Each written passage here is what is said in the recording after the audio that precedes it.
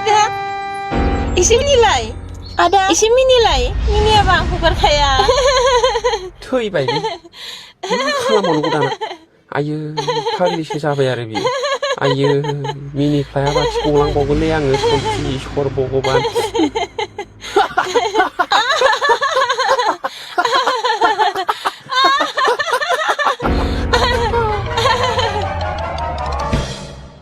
ओइ जोहोलाव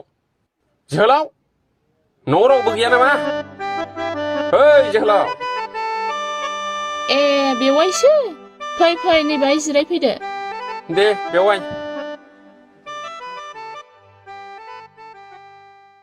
हा माथो खबरमोन बेवाइ नै बाबा दासो ए माने ओरैबायदि फंबाय बे नोंसिनि बिब' अनजिमाखौ खबर लाथाराखै एसे खर'आ बारानिफ्राय बारा जालांबाय मिनिलाबायबाय दिनैबो आंखौ आखायाव हमनानै हमख्रबबाय थादों लामायाव लासिं सिं बेदरसो लायनो थांनो नागिरदोंमोन आङो बोरैबा मोननानै बेदरखौ लायाखिसै आङो न'आवसो थांफिनसै एसे खबर लाबानो जायो बेवाइ हद साला बे सैमाफोरनि खोथाखौ आंनि सिगाङाव दालायराय मा नों बेखौसो खोन्थानो फैदों नामा नै माथो बिदिसोलाय खोथाफ्रा गाव गावहानो बिसि फिसाजों बोथिबे नायलायलाय ओंखाम मोनजाया आरो बिस्रा खुसि मोनहरदों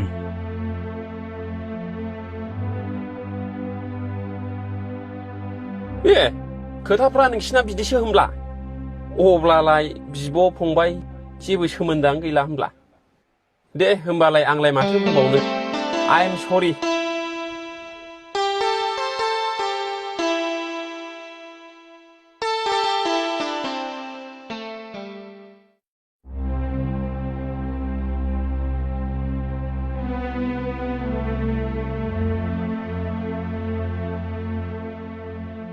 हाब थाखा फैसा थानायखाय खोथाफ्रानो एसेबो लाजाथारा गोदो बिब'आ एथ' खस्थ' खालामनानै ओंखाम ओंख्रि संनानै जाहोबोबाय फेदेरबोबाय दा हिनजाव मोननाय लोगो लोगो गासिखौबो बावजोब्बाय बिब'खौनो सैमासो बुंलायबावबाय बेस्रा फाग्लि जानांनानै बेसेबां खस्थ' मोनबाय एसेथ' खबर लाजायो फंबाय हिसाबै रागा जोंबा जोसिजोबनो गोसो जायोलां बेफोरबायदिनि न'खौ